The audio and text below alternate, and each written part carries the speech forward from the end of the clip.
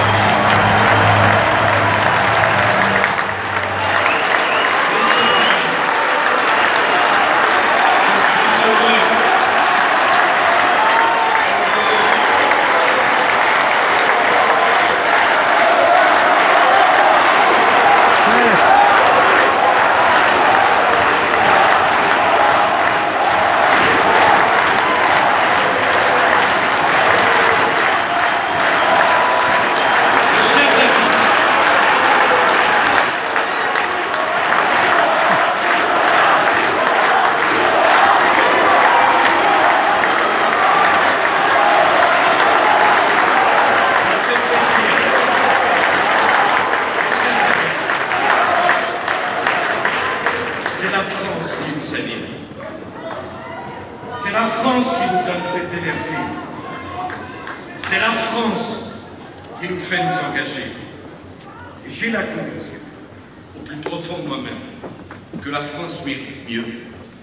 Que la France ne peut pas rester là où elle se trouve. Je refuse d'assister passif à son recul, à son effacement, à son déclassement. Le mot n'est pas trop fort, il est juste.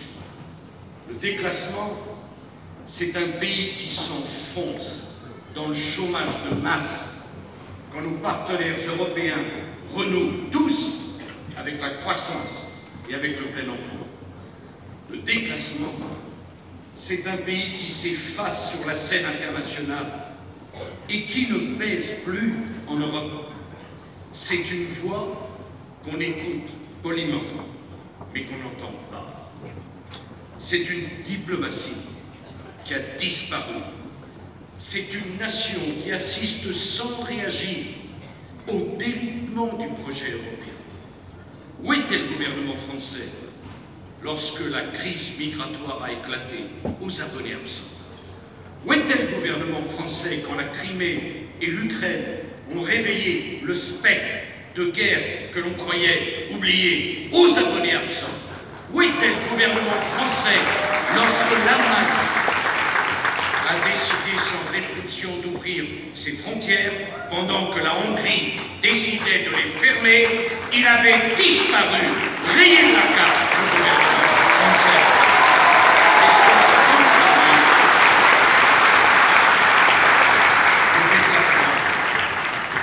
Et c'est ce que ressentent ces millions de Français qui imaginent que leurs enfants vivront moins bien qu'eux, puisque déjà ils vivent eux-mêmes moins bien que leurs parents.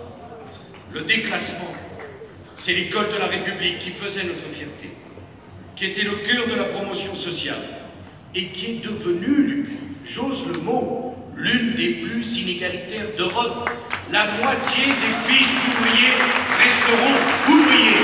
Ce n'est pas les réalités républicaines que nous voulons.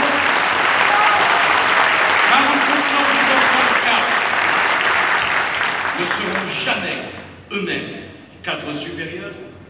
La promesse qu'offrait l'école de la République à tous les enfants de France de s'élever, de gravir un à un les échelons est devenue si incertaine que les familles qui le peuvent ne se sont jamais autant détournées de l'école publique pour inscrire leurs enfants quand ils le peuvent et quand ils ont les moyens à l'école privée. Voilà ce qu'ils ont fait de l'école de la République, l'école des inégalités.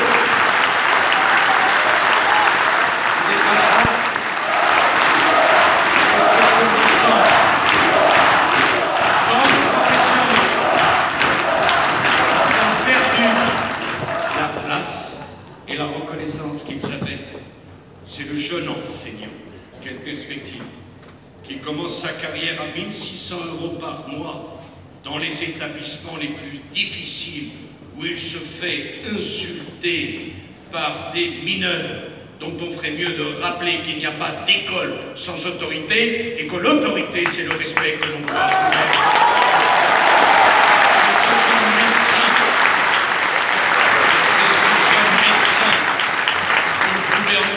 Transformé en fonctionnaire de la sécurité sociale avec le tiers payant généralisé et que l'on humilie quand on lui accorde du bout des doigts une augmentation d'1 € pour le prix de sa consultation.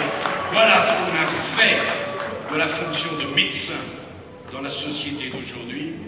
Le déclassement, c'est la jeunesse française, c'est simple, qui est 2 fois plus au chômage que les Britanniques et 3 fois plus au chômage que les Allemands. Ce sont ces milliers de jeunes de nos familles qui partent aux États-Unis, à Londres, au Canada, parce que pour eux l'avenir est là-bas, puisque nous ne pouvons plus être dans notre pays, en France. C'est cela le déplacement.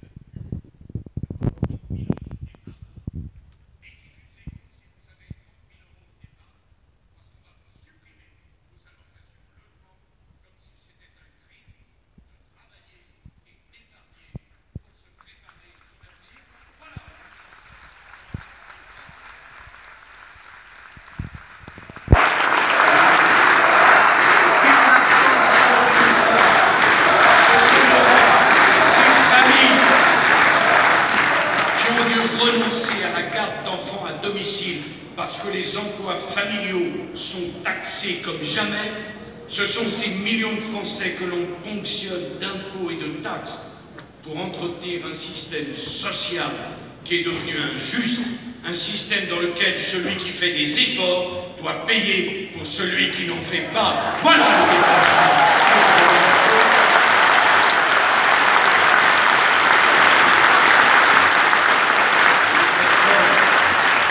Salariés qui passent des heures dans les réseaux de transport en commun vétustes et qui se demandent si là-haut on se rend compte de ce qu'est sa vie quotidienne.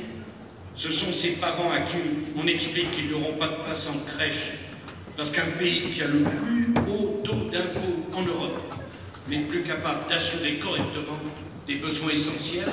Ce sont ces millions de travailleurs qui ont vu méduser le mépris avec lequel le pouvoir leur a confisqué les heures supplémentaires dont ils avaient besoin.